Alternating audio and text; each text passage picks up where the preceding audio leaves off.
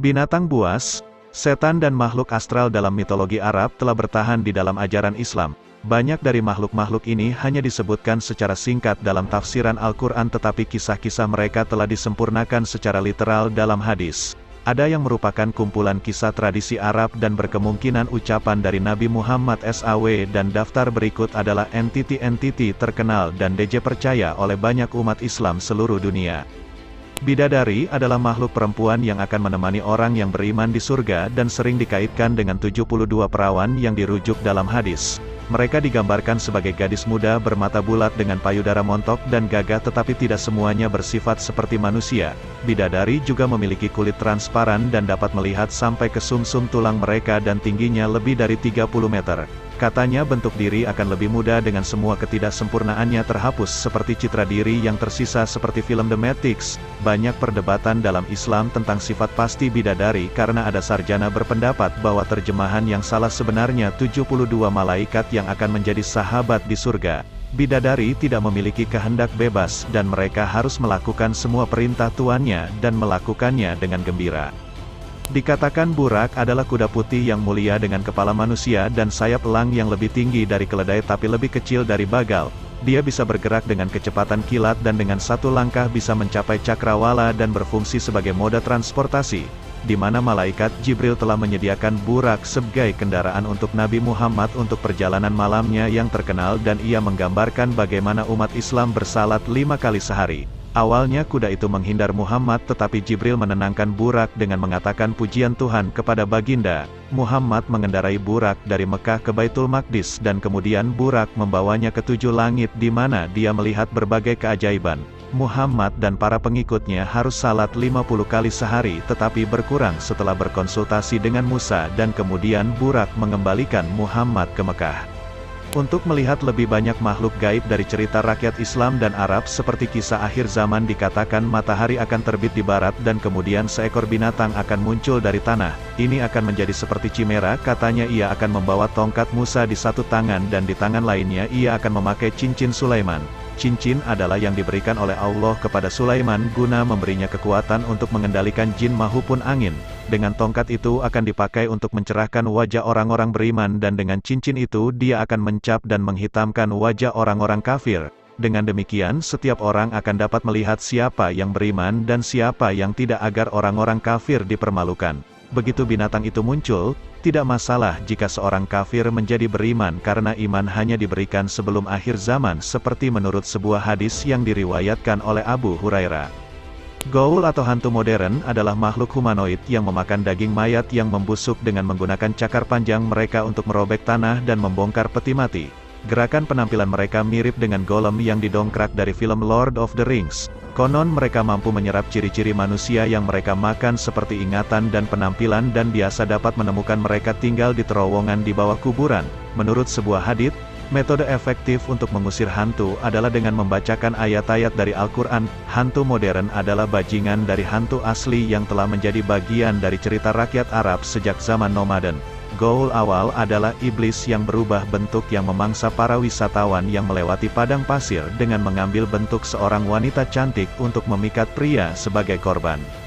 Sebelum penciptaan manusia, makhluk jin selalu merasa benar sendiri dan biasa tidak patuh, sementara para malaikat harus agar selalu tunduk. Tuhan mengenali iblis yakni ketua jin sebagai murid yang layak dan membawanya ke surga di mana dia akan dibimbing oleh para malaikat. Seiring waktu, iblis menjadi sangat bijaksana sehingga sekarang dialah yang memberi petunjuk kepada para malaikat. Setelah Adam sebagai manusia pertama wujud dan para malaikat dan jin diperintahkan untuk membungkuk, tetapi iblis yang sombong telah menolak. Akhirnya iblis terkutuk untuk dieksekusi sampai hari pembalasan dan telah kembali ke rasnya yakni setan jin dengan memilih untuk menjadi jahat.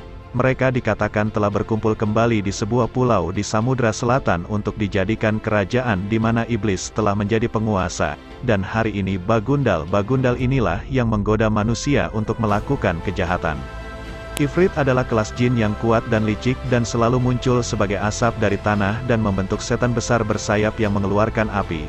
Mereka bersembunyi di tempat yang lembab dan gelap seperti reruntuhan tua atau di dasar sumur. Di zaman modern, dia mungkin ditemukan di pabrik yang ditinggalkan atau menunggu di kamar mandi yang kotor. Dan penting ketika Muslim memasuki tempat-tempat seperti itu untuk mengucapkan doa sebagai perlindungan dari jin. Ifrit selalu dikisahkan sering bersembunyi dari Raja Sulaiman dan akhirnya terperangkap di dalam botol selama berabad-abad. Kisah Ifrit dan seorang musafir gurun dengan 3 permintaan adalah cerita populer dari zaman ke zaman. Untungnya, musafir itu bisa mengelabui Ifrit dengan menanyakan bagaimana makhluk sebesar itu bisa muat dalam botol sekecil itu. Akhirnya Ifrit telah menyusut sendiri ke dalam botol dan nelayan terus menutup kembali gabusnya. Karin adalah jin pribadi yang ada di hadapan manusia di alam jin paralel. Dalam arti tertentu ia seperti iblis imaterial yang duduk di bahu Anda dan mendorong untuk berbuat dosa dan berbuat salah. Ada yang mengatakan bahwa itu bisa menjadi baik atau jahat berdasarkan tindakan teman manusianya. Tetapi kepercayaan yang berlaku adalah bahwa itu adalah jin jahat yang harus dilawan. Peramal dapat mempelajari segala sesuatu tentang seseorang dengan menanyakan karinnya melalui pemanggilan arwah karena seorang karin telah menyaksikan temannya sejak lahir. Ketika para pengikut Nabi Muhammad bertanya kepadanya apakah dia juga memiliki seorang karin yang selalu membisikkan kejahatan manis ke telinganya. Dan karin baginda adalah beriman karena Allah telah membantu Muhammad mengubahnya menjadi seorang muslim jujur yang baik. Jadi ia adalah satu-satunya karin yang ada untuk memberitahu rekannya melakukan hal-hal yang baik. Penciptaan malaikat dari cahaya dan menjadikan mereka sebagai makhluk yang murni baik tetapi tidak memberikan kehendak bebas kepada para malaikat. Allah menjadikan malaikat sebagai utusannya dan untuk melaksanakan kehendaknya tetapi mereka juga menjalankan fungsi yang serupa dengan dewa-dewa pagan dan santo pelindung. Dan hanya melakukan apa yang diperintahkan Allah kepada mereka. Mereka tidak makan atau minum dan tidak pula lelah beribadah kepada Allah seperti mesin yang diprogram dan digambarkan seukuran titan. Contohnya Jibril ialah malaikat terbesar dengan 600 sayap yang masing-masing menutupi cakrawala dan tingginya membentang dari surga ke bumi dan dia bisa bergerak lebih cepat dari kecepatan cahaya, seperti Mikail yang mengendalikan angin dan hujan dengan para pembantunya.